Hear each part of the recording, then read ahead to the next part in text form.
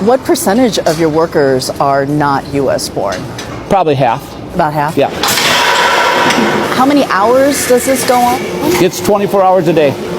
You know, we could milk 8 hours a day, but it wouldn't be feasible or profitable for us to produce milk.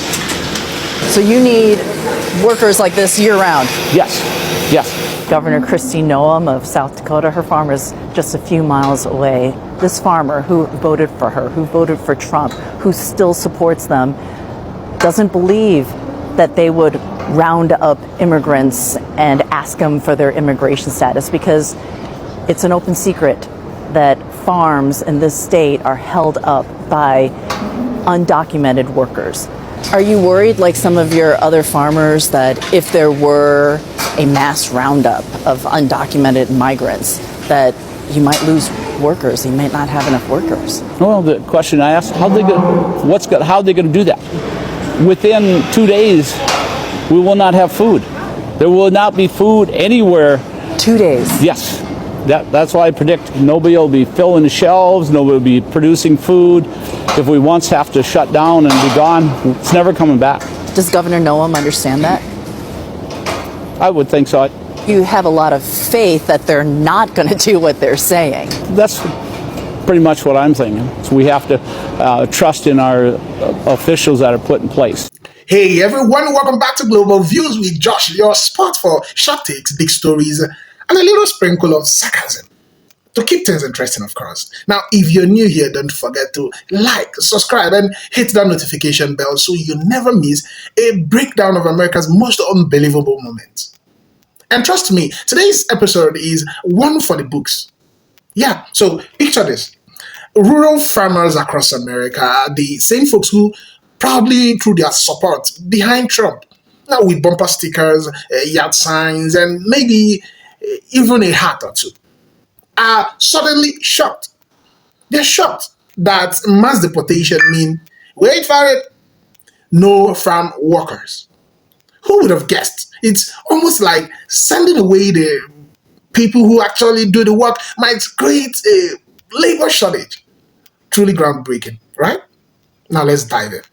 Donald Trump is having regrets about the people that he has deported, and now he's talking about bringing them back. Of course, he's saying on Fox that, oh, we want them to learn and be educated and then come back legally, and that sounds all well and good, but he also goes on to say that it's punishing the farmers because they now don't have people to work their fields, and there's nobody who's going to go and do that type of work in America. And it's almost as if we said, yeah, we told you so. And what is the process of bringing these people back legally? He has no plan. He's just throwing shit out. But what it shows is a huge miscalculation. It was supposed to be, according to Donald Trump and his supporters, what they claim now. Oh, it's supposed to be the violent criminals. When you start rounding up people at their green card interviews and you're going to their place of employment, it's no longer about violent criminals. It's about the racist behavior of profiling and describing anybody who is brown and getting them the hell out of America. And now you found out that America's farmers and workforce is built around people like this who will do hard labor tasks. You're now wanting to re-bring them back because you realize you fucked up so badly when you did that. So just add this to the long list of the bumbling, fumbling missteps of Donald Trump. I've been a proud rural American my entire life. But the truth is, in rural America, poverty is higher, wages are lower, and jobs are far and few between. And here's another cold hard fact. Beginning with the New Deal, continuing through to the Great Society, and ending just recently with the President's infrastructure bill, the Democrats in both rural and urban America have fought to provide a social safety net that's much needed in rural America while offering targeted incentives to help rural America grow. And our question is, when are conservatives in rural America going to join us in the fight? Hi guys, my name's Will, your favorite rural campaign and elections expert, and let's talk about it. Here are some hard facts we have to come to terms with in rural America. Nearly 75% of the poor living in rural America come from southern Republican states. Both poverty and our dependence on the social safety net is higher in rural America than it is in our cities and suburbs. In every section of America, So farmers in California are now afraid to show up to work due to fear of being deported by Donald Trump's ICE agents. This is according to the California Farm Bureau, who writes the following, quote, "Fears in the Central Valley have led to migrant farm workers not showing up for work, which has virtually halted the area's citrus harvest." So not only is this scary on a human level for the migrants, but economically speaking, this has negative consequences. According to this report, we are currently in the peak of citrus harvest season right now, but the industry is taking a hit after immigration agents conducted several operations last week. So basically, Donald Trump's mass deportation sweeps are instilling so much fear into workers and farmers that they are no longer willing to show up to work, which will hurt local farmers, harm their businesses, and will likely lead to citrus prices skyrocketing. It is only week 2 of Donald Trump's presidency, and he is already seemingly decimating American farmers and is terrorizing people into not showing up to work. My goodness. Donald Trump, don't backpedal now. Now you're saying or acting like you're regretting or that it was a mistake that you did this mass deportation, although you set it in place and this was planned and thought out way before your presidency when y'all were concocting up this Project 2025. You had plenty of time to think about the consequences this was going to have, and you still proceeded with it. So now you're just realizing that all immigrants aren't criminals.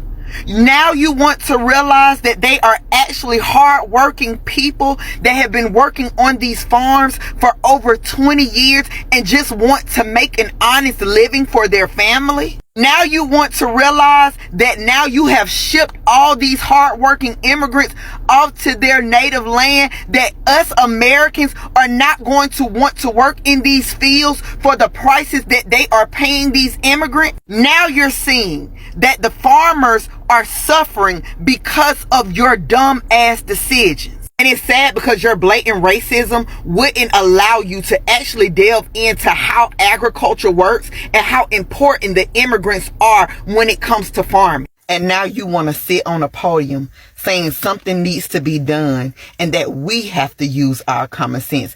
Don't get French with us now. We ain't got to do nothing because I did not vote for you. I did not do this. So you need to fix this since they, the MAGA people, voted for you. In the 2016, 2020, and 2024 elections, farmers across the United States overwhelmingly voted for Donald Trump. Now, in 2016, that was not a good decision. In 2020, that was kind of dumb.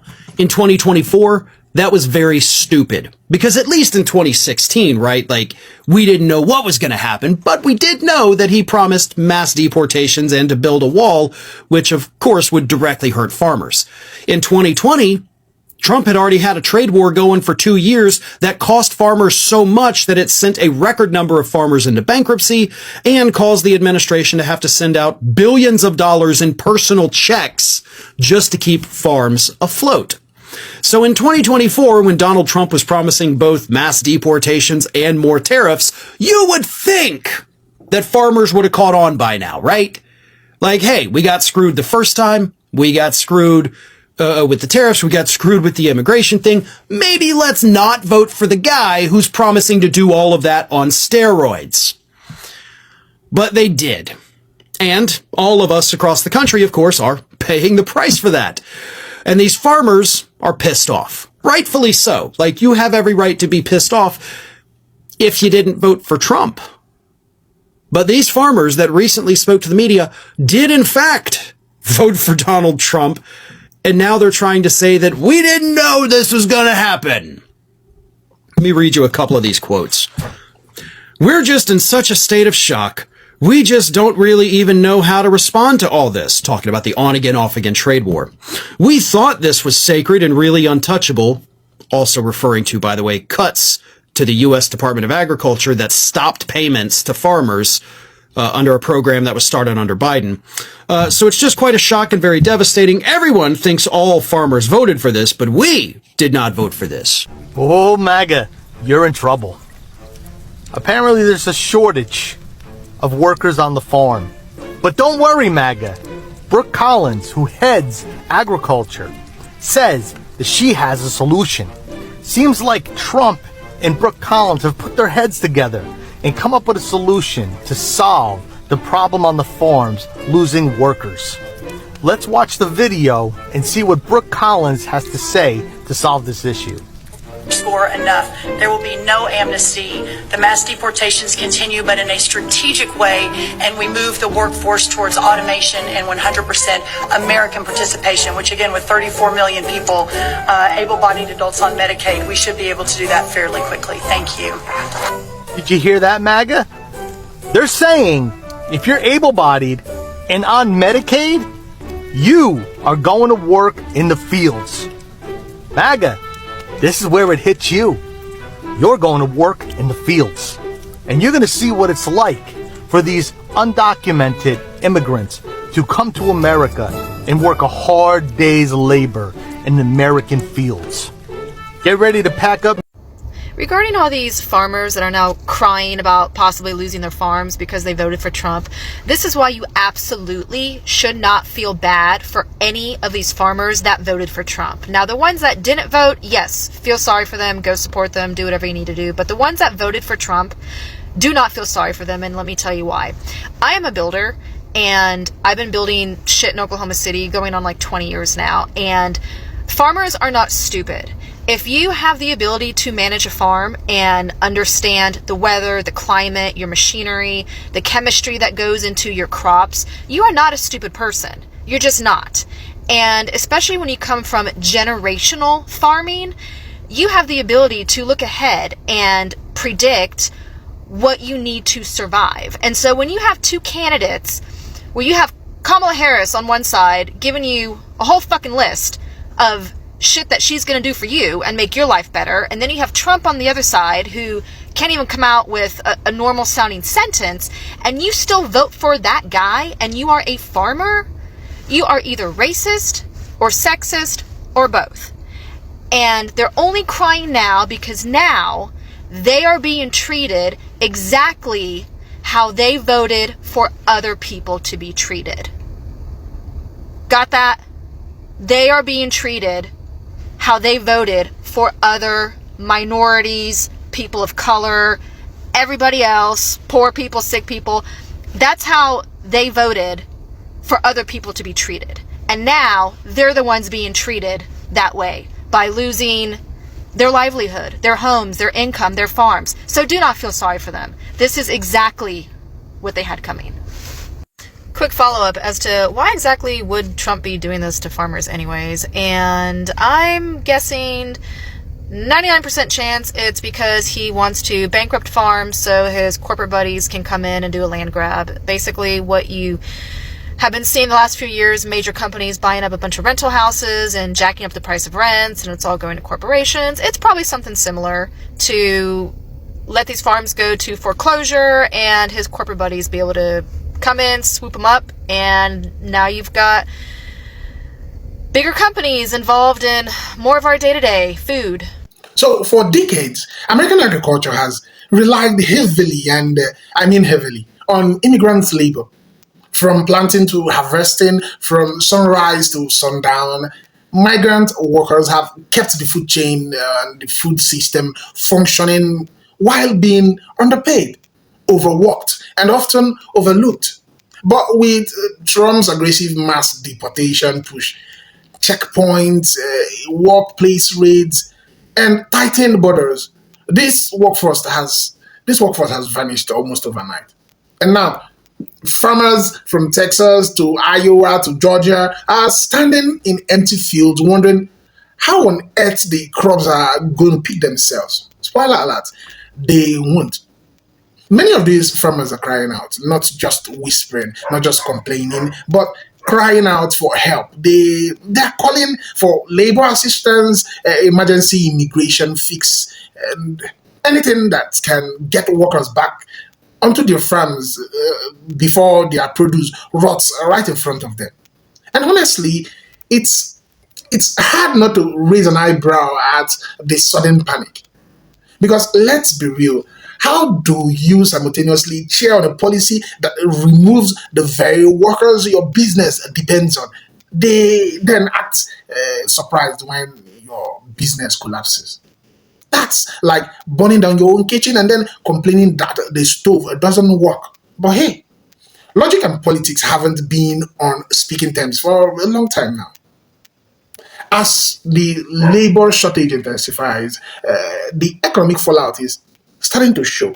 Crops are going unharvested, equipment sits unused. Some farms are already reporting millions of losses. And remember, when farms suffer, food prices rise, right? So if you thought grocery shopping was already painful, buckle up because nothing says get economic plan like turning tomatoes into luxury items. Farm associations and agricultural economists are sending out warnings everywhere. This isn't sustainable. This is catastrophic. This could cripple the rural economy. But what are policymakers saying? Mostly that everything is fine and farmers should adjust. Adjust how? Hire who?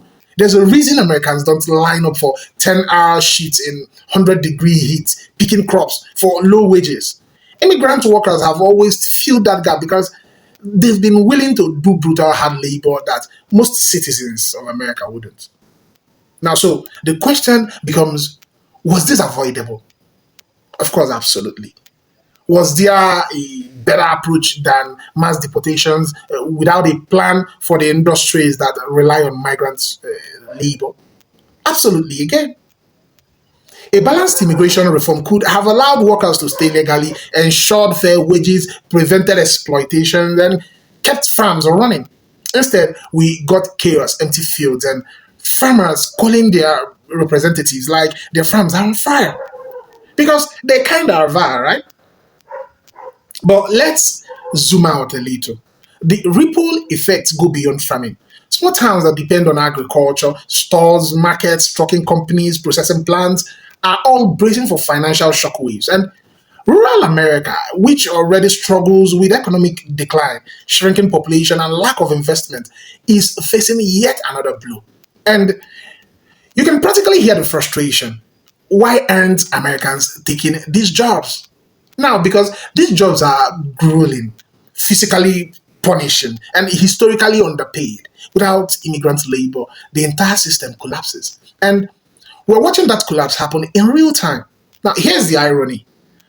Though many of these same farmers supported the policies that created the problem, but now reality is knocking loudly and it's saying, hey, maybe you need those workers after all. It's almost poetic in a slightly tragic, slightly comedic way. So now tell me, what does this mean for America's future? Will rural communities demand immigration reform? Would the administration finally acknowledge the agricultural labor crisis? Or will we keep pretending that the deportation or deporting the entire workforce somehow leads to a stronger economy? Let me know what you think in the comment section below. Should farmers have seen this coming? Should immigration policy consider economic realities? And most importantly, how do you rebuild a system after you've chased away the people who kept it alive? So thanks for watching Global Views with Josh. Don't forget to like, comment, and subscribe for more bold commentary and honest conversations. I'll see you guys on the next video. Don't forget to share also. Credit belongs to original creators.